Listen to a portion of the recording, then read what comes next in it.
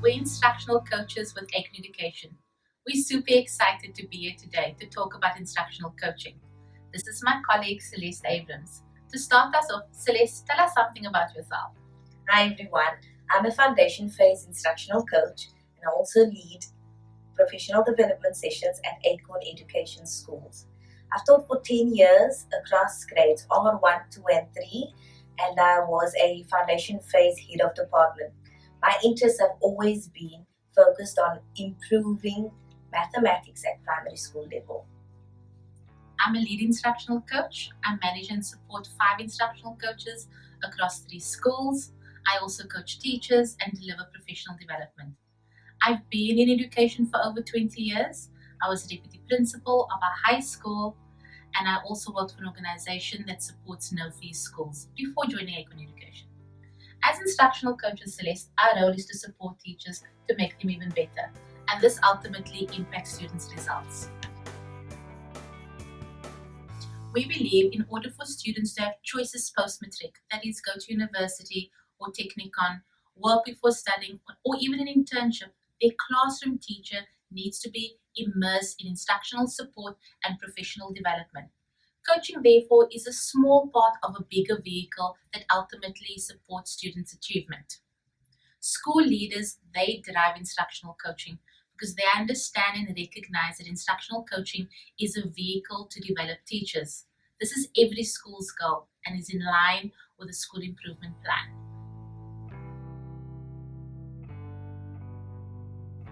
Yes, Sakeena. So although coaching has been around for many years, it's fairly new to the South African context. Therefore, it's really important to launch coaching so that there's transparency throughout the coaching journey. In this way, both the teacher and the coach can come prepared with a mindset for a collaborative approach and then plan for reflective professional practices. So, can you just tell us, why is launching coaching so important? Launching coaching allows all stakeholders to be aligned. We've learned that when systems are aligned and implemented with fidelity, instructional coaching can really support and build momentum towards the school's larger goals for teaching and learning. I agree with you, Celeste. Launching coaching ensures that everyone's on the same page, the teacher is clear on the role of the instructional coach, and I like the whole notion of transparency, and this all contributes to building relationships. We want our teachers to believe that their abilities can be developed substantially over time with effort and practice. This will help them to improve. Celeste, you want to talk more about this? Absolutely. Firstly, teacher buy-in is important for the coaching model to be effective. When teacher effectiveness increases, student achievement increases. Therefore, it's really important for both the teacher and the coach to have a shared understanding of what good instruction looks like. After launching coaching, the teacher and the coach has a check-in where an observation and feedback schedule is set up. These are the dates and times when the coach will observe the teacher teaching in the classroom and when the coach will be giving feedback to the teacher. During this check-in is an opportunity for the coach and the teacher to talk about what coaching will look like. I just want to add, teachers will also see us at school, see us in the staff room, and when we deliver professional development. This also helps to build relationships. So after we've launched coaching, we've had our check-in, the coaching process can start. As we explained, the first step would be observing the teacher's class. When we're in the class, the instructional coach observes what the teacher says and does and takes observation notes. These observation notes allows the instructional coach to identify a moment in the lesson where the teacher can improve. We call this an action step, and they are described as bite-sized and manageable, and it sustains the teacher's motivation. What makes the planning process highly effective is that the instructional coach has an opportunity to reflect on the lesson and really think about the highest leverage action step and how the instructional coach can model to the teacher what best practice looks like. The coach then is ready to deliver feedback. We believe that the quality of the feedback that the coach provides to the teacher is of major importance in the entire coaching cycle.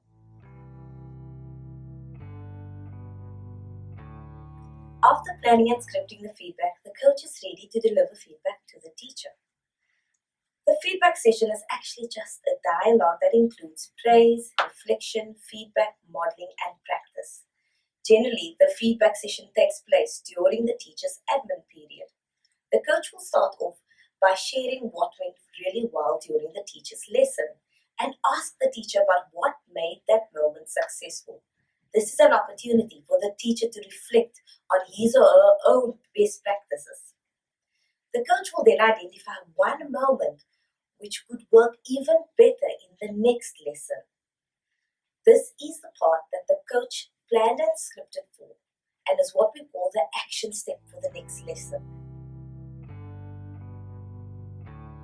During the feedback session, the coach implements and models this action step for the teacher so that the teacher can see what best practice looks like.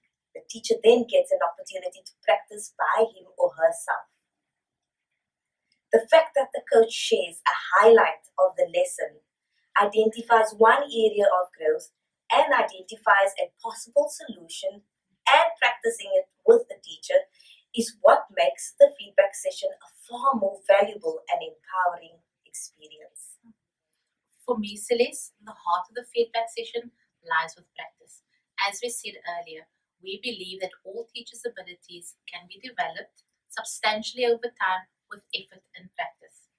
During the feedback session, the teachers in class shares an opportunity to practice when the students are not there, which gives her a chance to figure out what to do, and also gives her the time and space to practice perfect. The teacher is now in a position to start the very next lesson and implement that action step. Batch feedback. Tell me a bit more about the batch feedback. Batch feedback was actually excellent because 80% of them were able to do question 1, but then 30% of them were only able to do question 2, so I could focus on that more in my lesson. As that small amount, that misconception they might have, to be able to continue to new content afterwards.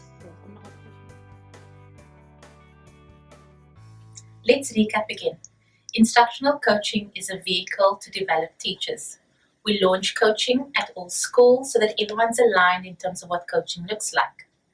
Coaching starts with the instructional coach observing the teacher.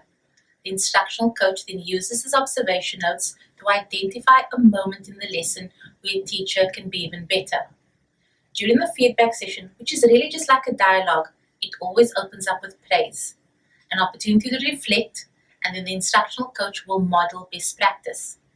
There's a discussion afterwards, and then my favorite part, practice. We're really setting up the teacher to go into the class immediately and implement that action step.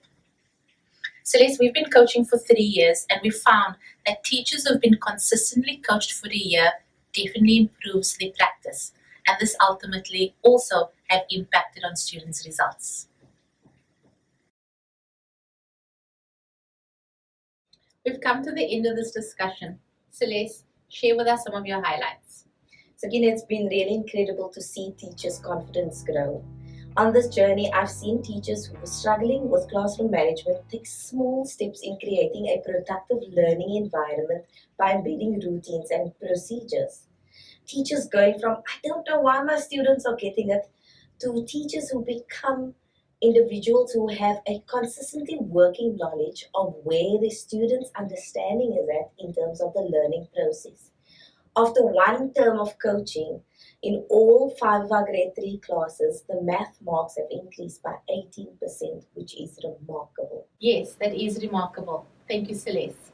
For those of you watching this video, I'm sure we've piqued your curiosity. Please take a look at our blog post and check out our website for more information and positions available at Acorn Education. Thank you.